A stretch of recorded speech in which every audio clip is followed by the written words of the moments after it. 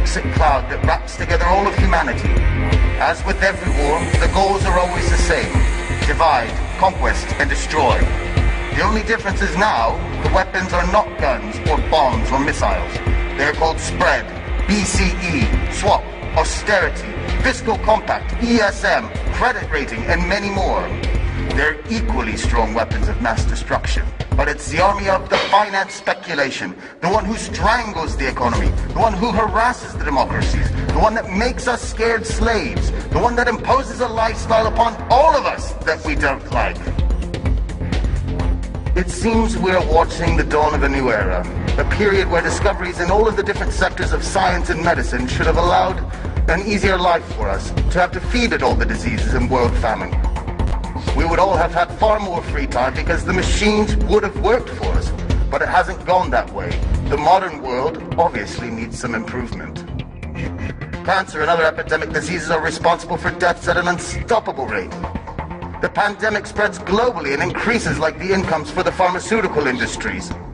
Hunger in the world has not been defeated. Violence keeps devastating entire world areas, and a situation of poverty is forcing entire populations to migrate. The United States are just like the old and beloved Europe, where the social differences are getting wider. Rich people are becoming more rich. The middle class is being pushed towards poverty, and the lower class spirals uncontrollably towards misery. America is still under the crisis path of subprime mortgages that definitely undermines the last bit of security in people, and instead has generated a negative domino reaction overseas. On the other side, the European side, the EU states themselves are so strangled by debt balance sheets that a big part of the state income is destined to pay just the interest without any possibility to reduce the debt itself. America and Europe should have been the ones supported by the rest of the world. Instead, they have been crushed by the most powerful financial crisis in history, which has brought social and cultural implications still to be fully understood. Are we so sure that the American and European situation had different origins as the media wants us to believe? Or instead, are they just two faces on the same coin? Maybe it's the final attack for the world supremacy from an entity that doesn't have a flag or state or affinity. The New World Order, the one of finance, which has slowly taken control, taken it away from the politician, which has in turn become a slave to the system. Nobody tries to raise their voice. No single representative of the sovereign population dares to speak up. But I will. We have to reclaim the power, to snatch it away from the powers of finance, the finance that magically creates money from nowhere. We must instead give it back to the citizens of the economy in the name of prosperity, wealth, and freedom. No political leader will ever say that money is being printed in a private institution. However, the European Central Bank is private, and the American Federal Reserve is private. And yet, the banks flutter on nothing. You must know that if tomorrow all the owners of bank accounts and other deposits should arrive in the bank to take away their cash, only the first 3% could be satisfied before finishing the cash money. Don't believe me? Have a look at what Cyprus is facing now. More countries are destined to follow.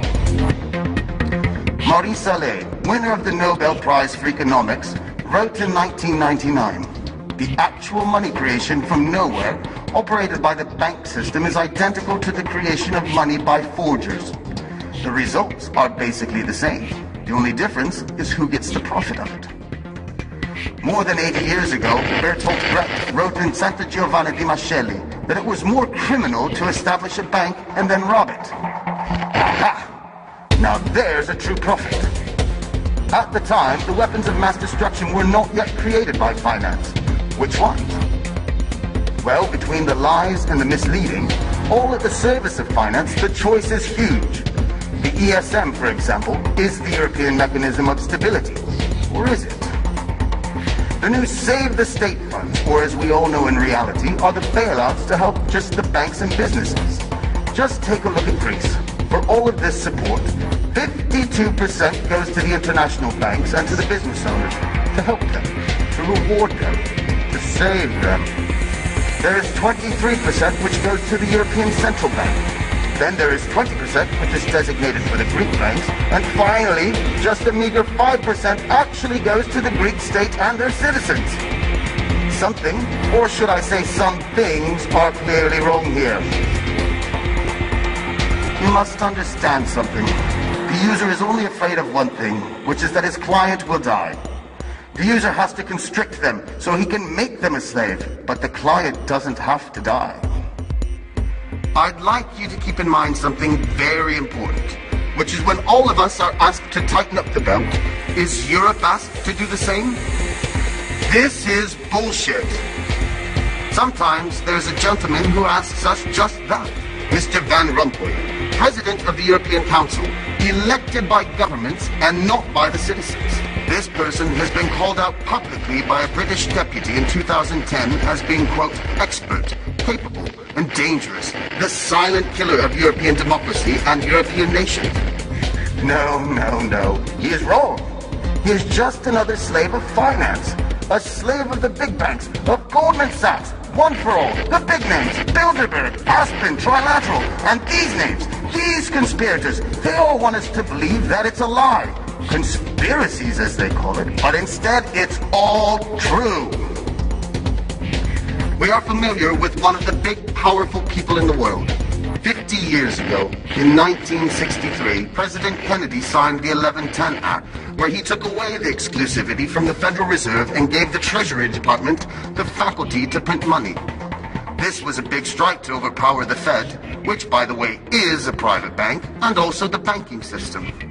It was June 4th, 1963, and less than 6 months later, President Kennedy was killed. Coincidence? Obviously. You must realize that changing politics is simply not enough. Even swapping out the old caste in the current parliament won't work. The real revolution is an internal act. It is in our conscious, and it is based on changing our mental perception, to pass our egocentrism, and to acknowledge what is the final goal in our society. Not the profit for a few, but a wealth for all. You, just tell me, are you happy? So, from this moment, since the finance started the war, I declare to the men and women of power, so big, so few, so timid, with what weapons shall we fight back? With the power of information, with communication and the sharing of my knowledge, with all of the people in the world rising up as one voice. Now, they know that I know, but now you know as well. My friends, happiness is freedom. Freedom is still in the distance, but the choice has been made.